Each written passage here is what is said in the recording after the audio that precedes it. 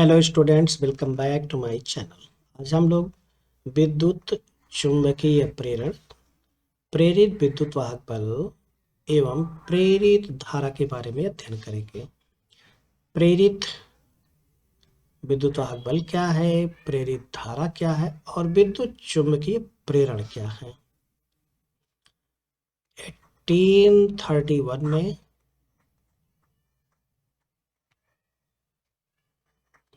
Faraday ने प्रयोगों के आधार पर खोजा कि जब भी किसी परिपथ से बद्ध चुंबकीय फ्लक्स अथवा परिपथ से होकर गुजरने वाली चुंबकीय बल रेखाओं की संख्या में परिवर्तन किया जाता है तो उस परिपथ में विद्युत वाहक बल उत्पन्न हो जाता है।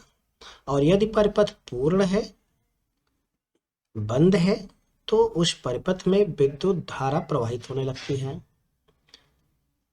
चुंबकीय फ्लक्स में परिवर्तन के कारण अथवा परिपथ से होकर के गुजरने वाली चुंबकीय बल रेखाओं के परिवर्तन के कारण परिपथ में जो विद्युत वाहक बल उत्पन्न होता है उसे ही प्रेरित विद्युत वाहक बल कहते हैं।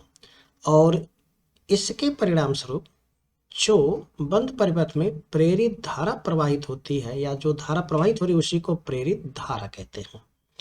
और इस परिघटना को विद्युत चुंबकीय प्रेरण कहते हैं। In 1831, Faraday discovered that whenever magnetic flux linked with a circuit or number of magnetic lines of force are changed, then a electromotive force is set up. If the circuit is complete, then current flows through the circuit and the EMF, electromotive force and current produced such that is called induced electromotive force and induced current, and this phenomena is called electromagnetic induction. यदि इस चुंबक को इस कुंडली के द्वारा galvanometer से संबद्ध किए गए परिपथ में इस चुंबक को कुंडली के अक्ष के अनुदिश गति कराया जाता है तो इस धारामापी में विक्षेप प्राप्त होता है। सबसे पहले यदि हम इस चुंबक को इस कुंडली के अक्ष के अनुदिश स्थिर रखा जाए या रखते हैं तो इस धारामापी में कोई भी विक्षेप प्राप्त नहीं होता है। When this magnet is placed at the state of stationary along the axis of this coil, then no deflection is observed in the galvanometer. और यदि हम इस चुंबक को इस कुंडली के अक्ष के अनुदिश इसके उत्तरी ध्रुव को इसकी ओर रखते हुए गति कराते हैं तो इस परिपथ में धारा प्रवाहित होती है, परिणामतः धारामापी में दाहिनी ओर विक्षेप प्राप्त होता है। और यदि हम इस चुंबक के उत्तरी ध्रुव को इस कुंडली के अक्ष के अनुदिश इस कुंडली से दूर ले जाते हैं तो भी इस धारामापी में विक्षेप प्राप्त होता है, किंतु अब ये निकट लाते समय जो विक्षेप की दिशा प्राप्त होती है इससे दूर ले जाते समय चुंबक को ठीक उसके विपरीत दिशा में विक्षेप प्राप्त होता है। और यदि हम चुंबक के दक्षिणी ध्रुव को इसके निकट लाते हैं और इससे दूर ले जाते हैं तो जो पहली स्थिति में विक्षेप गैल्वानोमीटर में प्राप्त हुआ था वह विक्षेप ठीक इसके विपरीत दिशा में प्राप्त होता है। When the magnet's north pole is moved towards the coil, then galvanometer gets deflected towards the right side, and if north pole of the magnet is moved away from the coil, then the direction of the deflection of the galvanometer is reversed. If south pole is moved towards the coil or it is moved away from the coil, then the direction of the deflection in the galvanometer is observed just opposite to its previous position.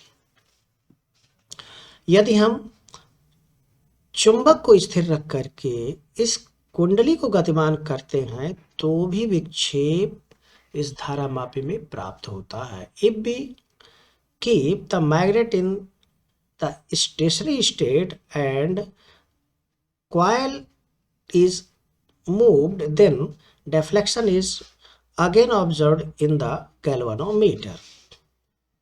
इसका मतलब यह हुआ कि यदि चुंबक को स्थिर रखें और कुंडली को गतिमान रखें, कुंडली को स्थिर रखें अथवा चुंबक को गतिमान रखें, तो दोनों स्थितियों में यहाँ पर धारामापी में विक्षेप प्राप्त होता है. इसका तात्पर्य हुआ कि यदि चुंबक और कुंडली के मध्य सापेक्ष गति होती है तो इस धारामापी में विक्षेप प्राप्त होता है. Whenever relative motion will be take place between the magnet and the coil, then the electromagnetic induction will be observed. Means deflection of the galvanometer will take place.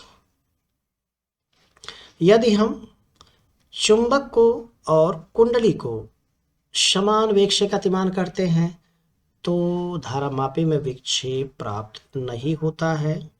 If both magnet and coils are moving with the same velocity, then no deflection is observed in the galvanometer. इसका मतलब कि चुंबकीय प्रेरण की घटना घटित नहीं होगी. और यहाँ पर यदि इस चुंबक को कुंडली के अक्ष के अनुदिश न गति कराया जाए, अर्थात इस चुंबक को इसकी कुंडली के अक्ष के लंबवत अर्थात इसके तल के समांतर गति करते हैं तो इस धारामापी में कोई भी विक्षेप प्राप्त नहीं होता है. वस्तुतः जब चुंबक को इस कुंडली के अक्ष के अनुदिश इस कुंडली के निकट अथवा इससे दूर गतिशील किया जाता है तो चुंबक की चुंबकीय बल रेखाओं की संख्या इसकी कुंडली से होकर के गुजरती हैं और उनकी संख्या में परिवर्तन होता है. परिणामतः इस कुंडली से संबद्ध चुंबकीय फ्लक्स में परिवर्तन होता है, जिसके परिणाम स्वरूप चुंबकीय फ्लक्स में परिवर्तन होने के कारण यहाँ पर धारा प्रेरित हो जाती है. और यदि यहाँ पर